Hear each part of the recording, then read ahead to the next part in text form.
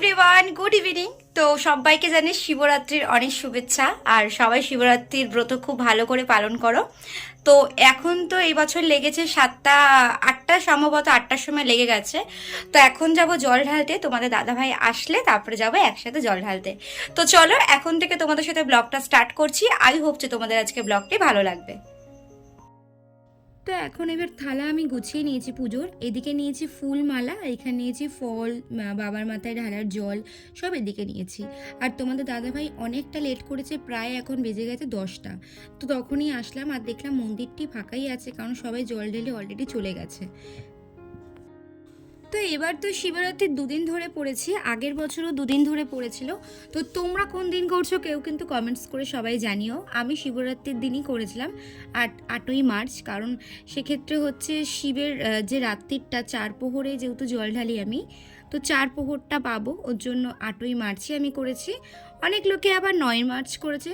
9 March minimum সন্ধে বিকেল 5টা পর্যন্ত রয়েছে। তো যাই হোক, এখানে দেখো কিছু ফটো তুলে নিলাম আগে। তো একদম ফাঁকা পেয়েছি, ভাবলাম ফাঁকা যখন আছে 2-3টে ফটো তুলেই নিই। তো এবার দেখো আমি বাবাকে ফার্স্টে অভিষেক করে নেব। তো চলো তোমরা ভিডিওটা কন্টিনিউ দেখতে থাকো।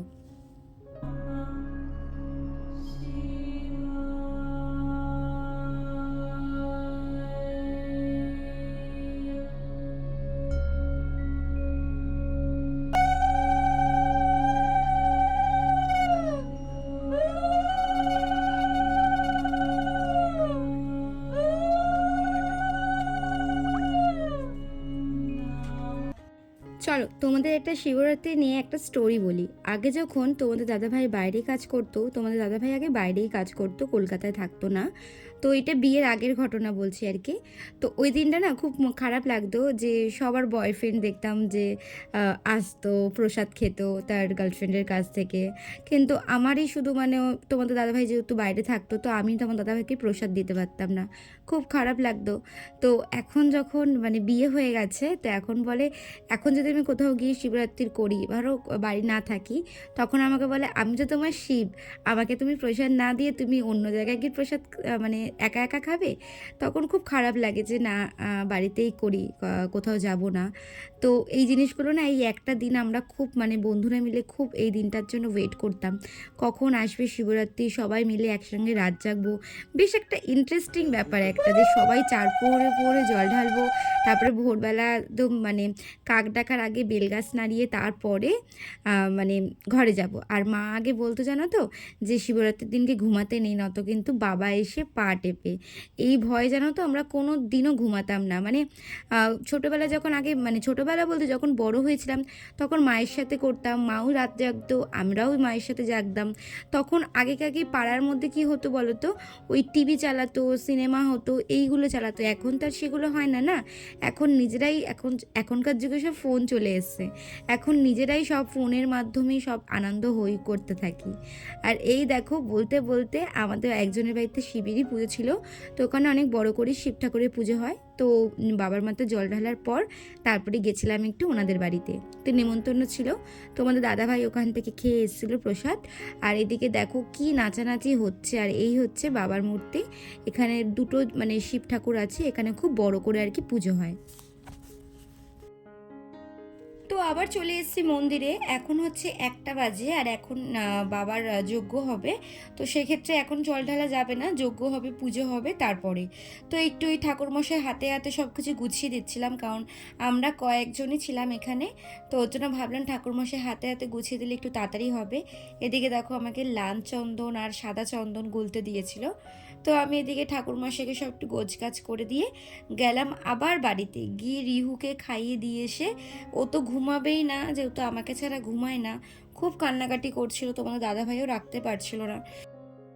তো এখন বাবার পুজো শুরু হয়ে গেছে, তোমরা ভিডিওটা কন্টিনিউ দেখতে থাকো। আই হোপ যে তোমাদের আজকে ব্লগটি খুবই ভালো লাগবে। তো এখন পুজো হচ্ছে।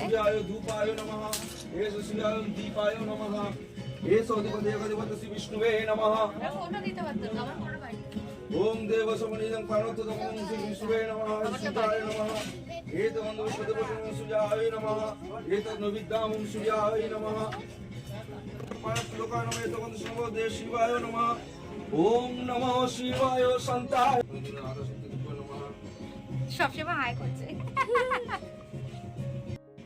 বাবার পুজো বলে বলো কথা, তিলক পরবো না তা তো কখনো হয় না বলো। আর এখন সবাই মিলে এবার বাবার তিলক লাগিয়ে নিচ্ছি। বেশ এবার মনের ভিতরটা না ভীষণ আনন্দ লাগছে।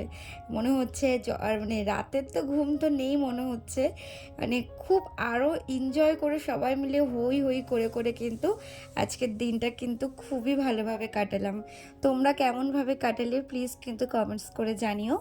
আর বন্ধুরা, আমার চ্যানেলটি যদি কেউ এখনও সাবস্ক্রাইব না করে থাকে বলবে প্লিজ সাবস্ক্রাইব করার অনুরোধ রইল। আর আমার ভিডিওটি তোমরা যে যেখান থেকে দেখছো না কেন সবাইকে জানাই অসংখ্য ধন্যবাদ। যদি ফেসবুক পেজ থেকে দেখে থাকো তাহলে আমার ফেসবুক পেজের নাম হচ্ছে ব্লগার সৌমি। আর তোমরা যদি ইউটিউব থেকে দেখে থাকো তাহলে কিন্তু অবশ্যই সাবস্ক্রাইব করে দিও। আর ফেসবুক থেকে দেখে থাকলে কিন্তু লাইক পেজটাকে ফলো করে দিও। होती बदव जी है निरंतम एषो पुष्पांजलि ओम हुम नमः शिवाय नमः।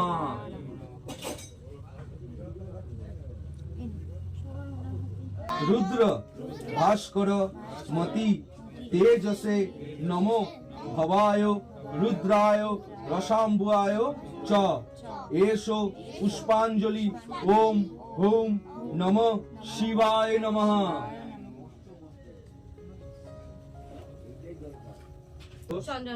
তো আমাদের যেহেতু অঞ্জলি দেওয়া কমপ্লিট হয়ে গেছে, এবার হবে আরতি। তো ওর জন্য পঞ্চপ্রদীপ ধনু সব এগুলো ধরিয়ে দিই।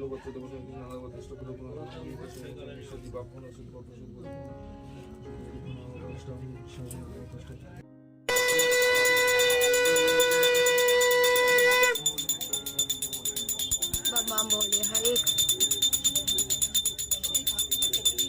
হরে রাম রাম রাম হরে হরে, হর হর মহাদেব।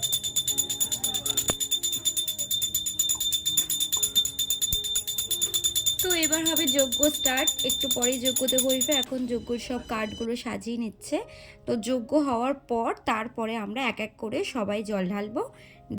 তো বন্ধুরা, আজকের মতো এখানেই টাটা। আবার দেখা হবে কালকে কোনো নতুন ব্লগের সাথে। তো আজকের ব্লগটি কেমন লাগলো অবশ্যই কিন্তু কমেন্টস করে জানিও। আর দেখো যজ্ঞের আগুন কতটা উঠেছে, সবাই একসাথে বলো হর হর মহাদেব।